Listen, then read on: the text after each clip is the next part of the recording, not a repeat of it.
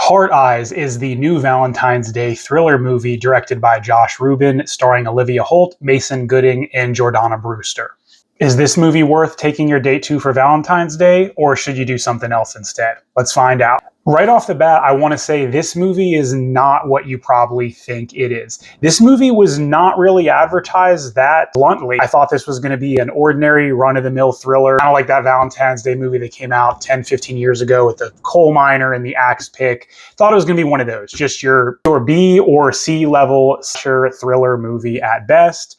That is not the case with Heart Eyes. Heart Eyes is actually a pretty unique movie with what it's made up of. I was not expecting this in a good way. Heart Eyes is pretty much one part thriller, one part dark comedy, and one part romance date movie, and it actually works. It juggles all three genres very well, and it kind of has a unique amalgamation where the end product is greater than the sum of its parts. This is going to be spoiler free. I'm not going to give away any of the big twists or who the killer is, that type of thing. So I'm going to leave spoilers out of it. This movie is set where the Heart Eyes killer has been terrorizing various towns in the USA. And what I think was cool is the movie starts off where the killer has already been at large for a few years. So people know about him. He's already got, he's already infamous, and he's moving around the country, and they're tracking him, and they know that this killer particularly seems to go after couples on Valentine's Day.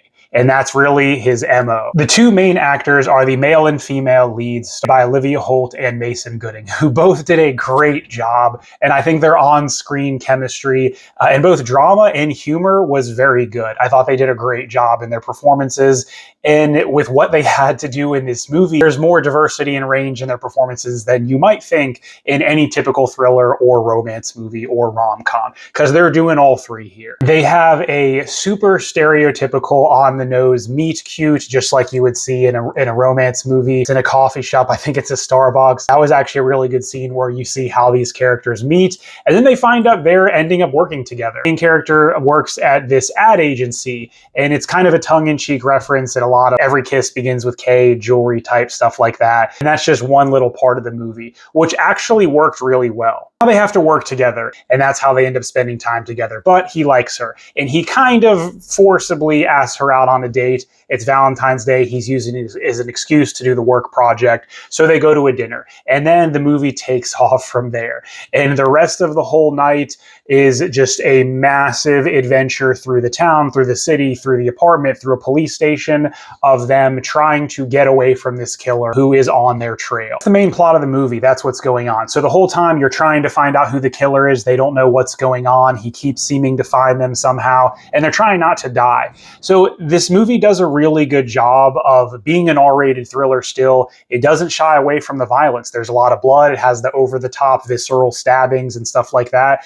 But the comedy landed. The writing was really good. Every character that's on screen, even if it's just for a little bit, like at the ad agency, they do a great job. The character Olivia plays has a female boss who's great. She has her little assistant guy who's like her servant, has a female friend. She's a supporting actor. And again, the writing is very much tongue-in-cheek on a lot of things. It's political satire. It's very much making a jab at the state of the world today and like Gen Z slang, internet slang, and what it does the best, making fun of other really well-known romance movies. There's a lot of that in the movie, and especially a scene near the end, which is from her friend, and they're calling out a lot of names of very famous romance movies that have come out over the past 20 plus years. That works really well. The movie knows what it needs to be, and it does a phenomenal job at that. This movie could have been the super serious, in-your-face, violent movie, probably would have been hard to be taken seriously. Wisely, it made the choice to be self-aware, and I can't stress that enough, how great a job it did at doing that. It knows what it is, it laughs at itself, it knows what the campy moments are going to be. It knows what audiences are going to expect. And start to finish, it really handles all of that in the best way possible. And that's why this movie does such a good job of balancing the thrills and the violence with the comedy and actually having heartfelt moments, like the ending, which I thought was probably the best way this movie could have ended. I think you get a really satisfying ending. There's kind of 2 or 3 parts to it, which again, I don't think was too gratuitous. You see what happens. You do learn the situation with who the killer is. You learn all about that. You learn the how, you learn the why. Then you really see what happens. I think there are some good twists that are probably not what you'd expect. I think there was at least one that I definitely didn't see coming. I saw this movie with a group of 4 people, which I think really made it a lot of fun. You can go see this movie if it's just a couple by yourself, and you're going to have a good time, I think. But I think seeing this movie with a group or a few other people is the best way to do it. You can kind of all gauge each other's reactions. You can laugh at the stuff together. You can see what you think or who maybe you think the killer is. And it's a lot of fun. I think it's a great movie to go see with any number of people, and you're not going to have a bad time in this movie. I can pretty much guarantee you that. I was very surprised to see the critics and audience Rotten Tomatoes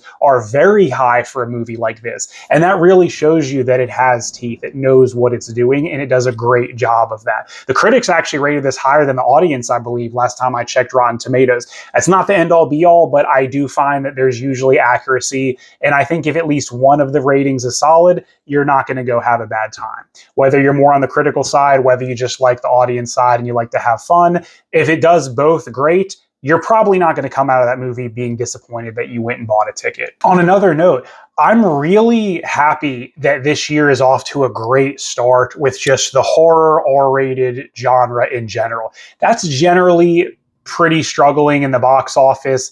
We don't see a lot of that stuff come from Hollywood, and they're very hit or miss. The past few years with horror specifically, personal favorite of mine, I've been very impressed. We've had stuff like Megan, we've had The Black Phone, we've had some other stuff Blumhouse put out. There's been a lot of great horror movies that have actually been surprisingly good. There's been some flops. There's always going to be flops. But seeing 2025 start out with Companion, just previously reviewed that, check it out here. And then coming in next with the Valentine's Day, very, very unique original film, Hard Eyes. I'm really excited for this year. I think there's a lot of really big stuff coming out this year. We have a lot of summer blockbusters coming out. We have Jurassic Park. We have Superman and the new Fantastic Four all slated for July. We have the new Captain America, Brave New World with Anthony Mackie and Harrison Ford. That's coming out next week for Valentine's Day. That's going to be my next review. Stay tuned. If you're looking for a good movie to see this month or to take a date to for Valentine's Day, maybe with some friends, definitely go see Hard Eyes. You're going to have a good time. It's a very original movie. You're going to get the romance side, you're going to get comedy, and you're going to see the thrillers with some violence slashing. It's great. Go see it. You're not going to regret it. I promise. That's going to do it for today, guys. Have you seen this movie? What did you think? Stay tuned for more stuff coming up. Thanks.